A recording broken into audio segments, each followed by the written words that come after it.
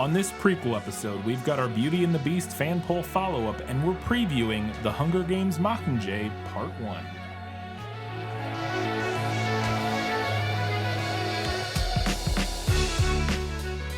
Hello and welcome back to This Film Is It, the podcast where we talk about movies that are based on books. We have quite a bit to get to, nothing crazy. We do not have a Learning Things segment this week. We were a little busy, and since we're doing two parts on Mockingjay, we're just going to do one Learning Things segment hopefully next time. But we do not have one this week, but we do have everything else, so let's get right into it with our patron shoutouts. First up, we have two new patrons, both at the $15 Academy Award-winning level. First up, we have Kat Ensminger. Thank you, Kat, for joining on at the $15 Academy Award-winning level. We appreciate it a ton. And then upgrading from the $5 level, we have Ian from Wine Country. Ian, thank you for upgrading your pledge.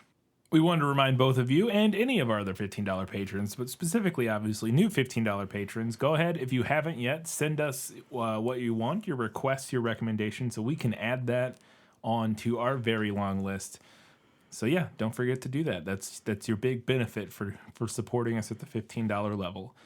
And as always, we have all of our Academy Award-winning patrons, and they are Kat Ensminger, Ben Wilcox, Jeff Niederhofer, Ian from Wine Country, insert brilliant patron name here, Winchester's Forever, Kelly Napier, Gray Hightower, Eli Young, Scratch, Just Scratch, Shelby says Black Lives and Trans Lives Matter, V. Frank, I missed y'all last month and I once listened to the song Bell on loop for more than an hour, and Alina Starclub. Thank you all very much. There's our name change patron who did miss last month. They're back. Glad to see it. And that's a fun fact. I don't think I've ever listened to any one song on loop that much. I feel pretty certain that I have. Like as a child, maybe, but like recent, like the one song. Yeah. Wild. Just when that one song just hits. I'll listen to a song I like a couple times in a row, like if something's new or whatever, but like an hour is a long time unless it's already a really long song or something weird, like if it's like a weird 20-minute and I wanted to listen to it a couple times, like I don't know, just it's a lot of that song. Anyways, you live your life. We have our fan poll follow-up for Beauty and the Beast. Yeah, well, that's just like your opinion, man. On Patreon this week, we had 6 votes for the movie and 0 for the book. No comments on Patreon. But over on Facebook, we had 5 votes for the movie and 1 for the book. Steven said, have to vote the film because the only version of the book I know of is the version we used to read to the kids, which is based off of the movie. I do remember we saw the movie in theaters and I laughed so hard at the Gaston song. My wife still cracks up thinking about how I reacted. There you go. Interesting. I don't know why that song in particular would... Interesting. It's a funny song, I guess, but I don't know. I mean, imagine seeing it for the first time. Yeah, I guess. And who knows? There's always things that tickle each of us in different ways. So. Yes. Ian said, I love this film. Like The Little Mermaid, this was another birthday film since at the time they released it was much later over here than in the States. With my love of classical music and hearing a rendition of Saint-Saëns' Aquarium, I was sold. The ballroom sequence I remember didn't make that much of an impression on me, but I was 7, and Be Our Guest has become one of my top favorite Disney sequences. It's a good story that Hollywood has made either corny with like The Beautician and the Beast or beautiful like the Linda Hamilton and Ron Perlman series, and Disney hit the mark with this. I've never seen it. Any other version of Beauty and the Beast other than this one? I've seen Beastly. Oh, okay. Which is... Isn't that a TV show? No. Was it a movie? It's a movie. I would really like to do it on this show sometime because it is based on a book, but I really want to do it as a crossover with Good, Bad, or Bad, Bad because it is not a good movie. Okay. And Sherry said, my vote is for the film. This is one of my favorite Disney films. I still remember how amazed I was watching the ballroom scene at the theater, and I relive that feeling every time I watch it. Gives me chills. There you go. Fantastic. How about over on Twitter? On Twitter, we had 8 votes for the movie and 2 for the book. Shelby Suderman said, hot take, I know, but I think just on a 1-to-1 comparison, it just goes to the movie. It always annoys me how much we could have been spared if Gaston had bothered to notice that the blondes are also hot. No one ghosts blondes like Gaston. I await the inevitable Gaston movie where we learn his parents were killed by books without pictures. It seems inevitable. It is a good point about the blondes. I've always thought that too. Well, but he does specifically address it in the song, in Belle or Gaston. One of the early songs, he does. Well, it might not even be in the song. He's talking to LeFou, and he says, and because there's nothing like her, she's the best, and I get the best, or whatever. And so like she's unique, whereas the right. Well, I mean, I know the point is that like he can't have Belle, right? Yeah. So he wants Belle. Yes. But also he could have had all 3 of the blondes probably at the same time. This is true. So this is true. I agree. I'm just saying. And Diane with an E said, there's a reason why this movie was the first animated feature nominated for Best Picture at the Academy Awards. The music, the animation, the characters, it all came together to create the version of Beauty and the Beast that is untouchable. The older I get, the more I love the wolf attack scene. The look on Belle's face when she realizes she needs to help Beast is perfect, and I love how we get to see how vulnerable Beast is.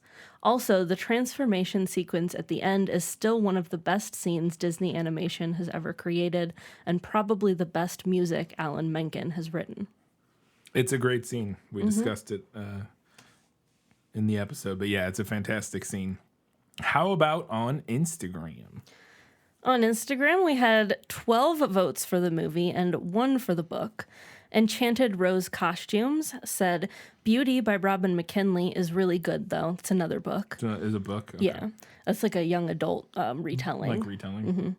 And if you haven't seen it, La Belle et la Bête, the new French version, is absolutely stunning. The costumes and set are chef's kiss. So they made a new It sounds live like action movie yeah. maybe recently, like Yeah. a French one? Huh. I did not know that. And No Ramirez YT said, this movie is fantastic. No other words need to be said. My only complaint is that I hate the human version of Beast. I don't like the way he looks as a human. Just know, I'd rather he stay beastly or have his human form look like Dan Stevens, because being honest, that's the only thing the remake has over the original. Fair enough.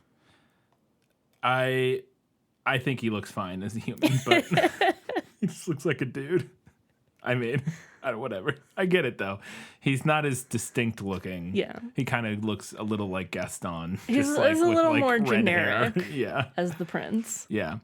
And the La Belle et la Bête is 2014 film, and it stars Leah Seydoux, the one of the main leads from Blue is the Warmest Color, which we did.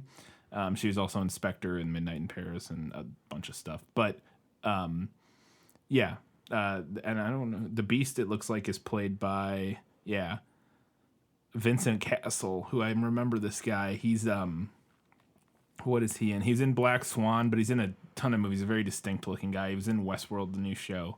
But yeah, 2014 version of the film. Interesting. Cool. All right, Katie, what was the final breakdown of the votes? Our winner this week was the movie, with 31 votes to the book's 4. Crushed it. We did have a couple people vote for like the original fairy tale. Nobody clarified as to why they would choose. Wasn't this one of them, or maybe that was last time where somebody accidentally voted? Yeah. Was that this one or Yeah, last somebody one? messaged me and said that was on Instagram. Was that on this Yes, book? it was on this book. So they're one of the votes then, or did you take that No, off? I fixed it. Oh, I adjusted it. Okay. I thought that one for the book on Instagram was the one, because I saw that message too. Okay. Fantastic. Yeah, the movie crushed it. Had a feeling that seemed pretty obvious. Oh, yeah. That was going to be that. Again, a little surprised that 4 people, and who knows if all of those were maybe on accident. I'm sure it happens more often, and they don't always send them a message, or it's just a random person who's just like, meh, don't care. Just click the thing.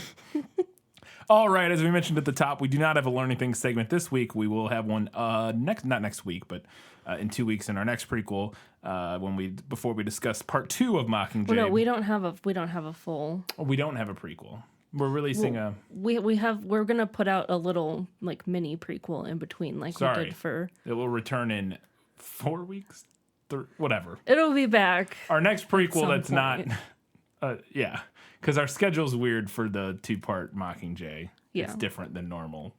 It doesn't matter. You just get an extra episode on like a Saturday or something. Yeah. Right? Yeah, an extra little episode. Like a little mini prequel. It'll come out on Saturday before the part 2 episode. Mm-hmm. But anyways, that's it. We don't have a Learning Things segment. Let's get to our book facts about The Hunger Games Mockingjay. Or sorry, it's just called Mockingjay. Mm-hmm. I want everyone who's watching to lay down their weapons now. You're alive. PETA is the capital's weapon, the same way you're ours. You will rescue PETA at the earliest opportunity, or you will find another Mockingjay.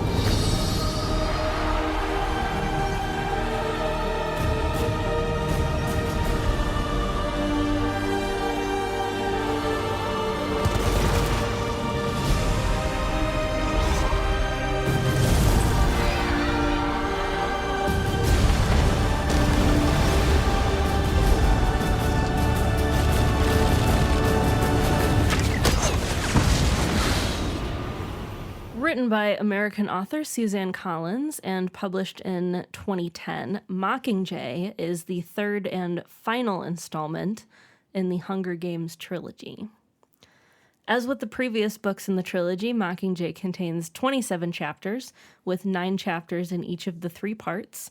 This structure comes from Collins' playwriting background and is also apparent in the trilogy as a whole. Collins has stated that she knew from the beginning that she was going to write a trilogy. Many of the themes in Mockingjay are also explored in the previous books, including issues like severe poverty, starvation, oppression, and the effects of war. Collins has stated that this inspiration came from her father, who, when going to war in Vietnam, made sure that his children understood the consequences and effects of war. To promote the release of Mockingjay, many bookstores held midnight release parties. Fairly common. Mm-hmm. The official event in New York City was attended by Collins, who read the first chapter and also signed copies of the book, although she eventually had to stop signing them due to a hand injury. Collins also held a 13-district blog tour where 13 winners received a free copy of Mockingjay. Wow. Mockingjay had a 1.2 million copy first printing. In its first week of release, the book sold over 450,000 copies. So following that, Scholastic printed an additional 400,000 copies, bringing the initial print run up to 1.6 million. Scholastic trade president Ellie Berger said that sales have exceeded all expectations. Mm-hmm. Mockingjay received generally positive reviews from critics, as with the other 2. Publishers Weekly gave the book a starred review, calling it the best yet, a beautifully orchestrated and intelligent novel that succeeds on every level, and went on to praise the sharp social commentary and the nifty world building. Really enjoy the use of nifty there. Mm-hmm. Kirkus Reviews gave Mockingjay a starred review, saying that the book is exactly what its fans are looking for, and that it will grab them and not let go. That person also was not right. Like, at least, whether or not you like the book, it was pretty roundly not considered what fans were looking for. Like, a lot of fans did not like, myself included at the time, and I wasn't a huge fan, but I read the first 2. And I wasn't a big fan when I read it the first time, and I feel like I know that like the top review on Goodreads for this book. I went and looked because I wanted to know what its Goodreads review was, and it has like a 4 point something out of 5. But Most like everything books does. on Goodreads like, have like a 3 to 4, like big popular books for sure. But it has like a 4 point whatever. But like the number 1 review is a very long, angry like. I read through a little bit of it, and I was like, I don't even think I agree with this necessarily. But it was somebody very angry, very upset, not happy with how it turned out. And it's like the top rate. It has like thousands and thousands of people liked it or whatever. You know what I mean? So yeah, it actually isn't, I don't think, what all fans of the series liked or wanted. Well, it's funny you should mention that because not every review was quite as glowing as the last 2 that I quoted from. A review from the Sacramento Bee did praise the action scenes and the battle in the Capitol, but the reviewer also criticized Collins for not giving enough time to finish all the loose ends, writing that the disappointment with Mockingjay hits primarily as Collins starts her home stretch. It's almost as if she didn't allocate enough time or chapters to handle all her threads. It's interesting because that's even different than my memory. My memory is that it drags on in a weird, unsatisfying way after like the big climax. Yeah, like too much denouement. Like too much denouement. I don't even necessarily know if it's like too much. There's definitely, I think, probably, again, from my memory, there were probably threads and stuff that could have been wrapped up that weren't. But I feel like I remember being like, oh, I still remember being like annoyed that I didn't really like the big climax that happened from my memory. But then 2, I remember thinking, I was like, what are we doing? Like, what are we still doing? Like, what is going on? But I could be wrong. It's been 10 years since I read the book or something like that. So interesting. All right, let's go ahead now and find out a little bit about The Hunger Games Mockingjay Part 1. No one else can do this but her. She won't be able to handle it. The games destroyed her. Let her see what the Capitol did to District 12.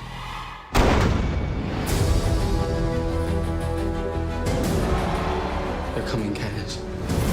They're gonna kill everyone. You'll be dead by morning!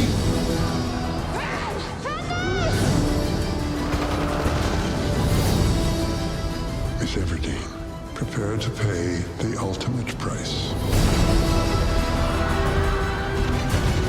I have a message for President Snow. If we burn, you burn with us. The Hunger Games, Mockingjay Dash, Part 1 is the official way that the movie is titled. I've been using the comma, silly me. Yeah, that's the official way the movie is titled. It is a 2014 film directed by Francis Lawrence, written by Danny Strong, who, fun fact, played Jonathan Levinson in Buffy the Vampire Slayer and Doyle McMaster in Gilmore Girls. He also is a writer and producer on the Fox series Empire, but he wrote this script. And I think worked on the second part 2 as well. But yeah, he's Jonathan from Buffy. I was like, that's weird. And Peter Craig, who wrote Top Gun Maverick, The Town, and the upcoming The Batman. The film stars our previous cast while adding Julianne Moore as President Alma Coin, Steph Dawson as Annie Cresta, Mahershala Ali as Boggs, Natalie Dormer as Cressida, Wes Chatham as Castor, Eldon Henson as Pollux, Patina Miller as Commodore Paylor, Evan Ross as Masala, Robert Nepper as Antonius, and Sarita Chowdhury as Agiria.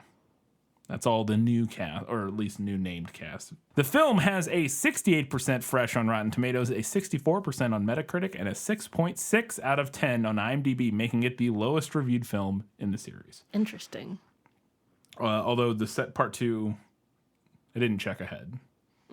I think I read somewhere that it is, in fact, the lowest, including the next part, but I can't guarantee that because I didn't look at the next part. But it's lower than the rest of the movie so far, the first 2.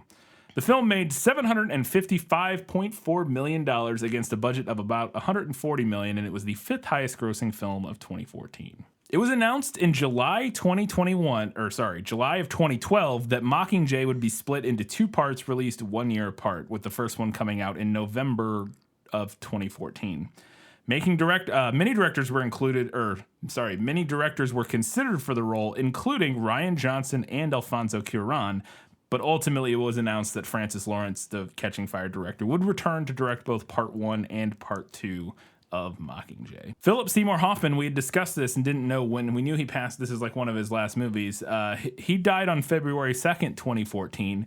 But Lionsgate released a statement stating that Hoffman had completed filming almost all of his scenes prior to his death. Their filming lined up in a way where he basically was done filming, and what few moments or lines and scenes that he was supposed to be in. Apart from that, apparently his lines were covered by other actors or something like that. But they were essentially done. And I didn't go into any extra details about that, but because I knew it was right around that time. So yeah. I thought this was a really interesting section on Wikipedia. They had a political ramifications section, and it was specifically on the part this has not been on any of the other. Yeah, we haven't. I mean, you would think like this series, it doesn't surprise me. Yeah. But it's interesting that this is the first one that we've seen anything like that. A lot of the dates of this line up, which makes sense, but I still thought it was interesting. On November 20th, 2014, which is actually the day or the day before the film came out in America, but it came out in England or something on a week before. Some showings were reportedly canceled in Thailand because protesters were using the three-finger salute at demonstrations against the country's military government. And also, the movie was originally planned to be released in China on November 21st, 2014, but was pulled a week before release. And this was likely due to protests in Hong Kong. And obviously, the correlating political themes in the movie. On November 24th, 2014, it was reported that in relation to the Ferguson unrest regarding the shooting of Michael Brown, a protester had scrawled graffiti reading, "If we burn, you burn with us," on the arch in St. Louis. Or it says an arch in St. Louis, but I assume they mean the arch. Maybe not. Maybe it's just a random archway. I mean, there are some small arches. Yeah. Well, and there are also, like, it could just be, there's a million things it could have been. But, and obviously in the film, and in the book, Katniss Everdeen uses that phrase as a challenge to the Capitol. And then the cry is taken up by various citizens in Panem as they commit acts of resistance. On November 27th, 2014, Hong Kong protesters used the three-fingered salute while occupying Mongkok, I believe is how you pronounce that. And then on September 11th, 2015, some Catalan pro-independence, that is right, Catalan, I think it's Catalan. I don't know. Catalan pro-independence protesters using the three-finger salute at the freeway to the Catalan Republic against Spain's government. That's the one where Spain and that region have tension over their independence and stuff like that. Yeah. I don't know a lot of the details about that. But I thought it was really interesting that, this movie had this little... this movie specifically had this section citing these incidents that related to the film, which I thought was kind of interesting. So now we're into the IMDb fun facts section, which obviously take all this with a grain of salt. According to Liam Hemsworth, Jennifer Lawrence would purposely eat foods with garlic or tuna before any of the kissing scenes they filmed. Charming. Just pranking him, I guess, just like so. For fun. In the beginning of the film, we see a dog wandering in District 12. This is apparently Donald Sutherland's actual dog. His name is Biggles. Wow. That's cute. Yeah. Biggles. Yeah. Biggles the dog. But based on the context of the beginning of the book, I'm assuming that is going to be a dog wandering the destitute ruins of District 12. And President Snow's dog, I don't know, it's just an interesting little wrinkle. So there's a scene in the movie where Jennifer Lawrence sings "The Hanging Tree," and she actually did her own singing for this. The song lyrics were written by Suzanne Collins for the book, but the melody was composed by Jeremiah Freites and Wesley Schultz of the American indie folk band The Lumineers. So there you go. Also, she was apparently terrified and hated singing this. Like, she didn't like singing, she doesn't like singing, and doing it on camera, it was a big ordeal getting her to do it. She didn't want to do it.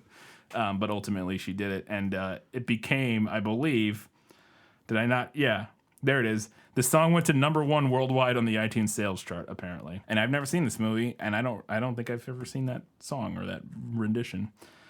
Also, Jennifer Lawrence cut her hair short the summer before filming for this film began due to the damage from she had been constantly dyeing it for the previous films, and as a result, she has to wear a wig for both of these films. So we'll see how noticeable it is. Apparently, Lord curated the soundtrack for this film, and when she did it, was the youngest person ever to curate a soundtrack for a film distributed by a major Hollywood production company. Random fact, but Good I thought for her. it's really interesting. Jodie Foster was considered for the role of Alma Coyne, ultimately going to Julianne Moore, who both of them have played Clarice Starling in the Hannibal Lecter film franchise, which is an interesting coincidence. And apparently Julianne Moore's children talked her into taking the role because they liked the book so much. And finally, this is just another tie-in with something else, a previous movie and book we've talked about. Costume designer Trish Somerville, who did the Hunger Games Catching Fire costumes, chose to go work on Gone Girl instead of working on the Mockingjay films. So they're a new costume designer for these ones. Interesting. You would think I guess she already did Catching Fire, so fair enough. She probably felt like, because you would think that this would be the more interesting project than Gone Girl. You definitely would think this is much more interesting. Because they just wear normal clothes in Gone Girl. But, I mean, you get the opportunity to go work with Dave Fincher. Yeah. You know, like, I can see being like, oh, I can go work on a movie with Ben Affleck and David Fincher. Like, this is going to be... she's like, I already did this. This is a different thing. It's Oscar bait. I don't know if she got nominated for an Oscar for that, but yeah, I can kind of understand it. But yeah, you would think it would be more fun to design costumes for the Hunger Games, but who knows? All right, Katie, where can we watch it? Well, as always, you can check at your local library. Probably a pretty good chance they'll have a copy of this movie. Or if you have a local video rental store still, check with them. We like to support our last remaining local rental spots. But if you don't want to do either of those things, you can stream this with ads on Peacock or Peacock Premium, or you can rent it for about $3 to $4 on Apple TV, Amazon, Vudu, AMC Theaters on Demand, Redbox, or DirecTV. Indeed, those are the places you can watch it. I'm interested to see... Part one, I'm interested to see, obviously, once we finish the whole thing, how we both feel about it. I'm like 40 pages in. Have you started it at all? No, I haven't. Yeah. And I'll mention it here again in case you didn't hear it in the last episode. We were around 182 or 190. In the 180 to 190 page, if you have like the standard printing of the book, like the traditional like first run printing or whatever, is like where the first movie ends, is like page 180, 190 in that range. So that's where we'll be stopping for this one. We won't be reading ahead to the second half until we get to watch the second movie, just so we can be a little more fresh. And I'll go over this again in the next episode, but the way that our schedule is working with this is going to be similar to what we did for Breaking Dawn last summer. So if you were with us for our Twilight series, this will be familiar to you. So basically, we will be putting out our part 1 episode next week, and then immediately the week after, we'll have our part 2 episode. So there won't be the usual prequel week. No, but we will have a mini prequel in between, like Saturday. On that weekend in between, we'll put out a little mini prequel episode. We'll do our fan poll follow-ups, and we'll do our movie facts for part 2. Yeah. But obviously the book facts we already did. There's no reason to repeat those or anything. Yep, but we want to get all your feedback for the film, so that's when we will be doing that. But yeah, so I'm like 40 pages in, and I'm remembering already. I'm getting vibes of things I disliked, and it's coming back. I'm doing my level best not to like let my preconceptions color my read of it, because I have enjoyed, and I think I mentioned it, I've enjoyed the second book more than I remembered enjoying it the first time. So I'm thinking, and also just having sort of a more nuance, because the big thing that's sticking out to me so far, 40 pages in, is how hard in the paint Suzanne Collins is going with sort of the both sides thing of like both sides are bad kind of in different ways, like the resistance versus the Capitol, like and that was a thing that I remembered finding really obnoxious and annoying and like just sort of unsatisfying on my first read through, and I'm interested to see where it goes, how I feel as I continue reading, because I'm finding it a little annoying, but I also see what she's going for, and I don't think it doesn't work, but it is maybe, I don't know, not my favorite. We'll talk about it obviously a lot in the main episode, but yeah, it's interesting. It's interesting reading it again this time. So in 1 week's time, we're discussing The Hunger Games Mockingjay Part 1. Until that time, guys, gals, non-binary pals, everybody else. Keep reading books Keep watching movies. and keep being awesome.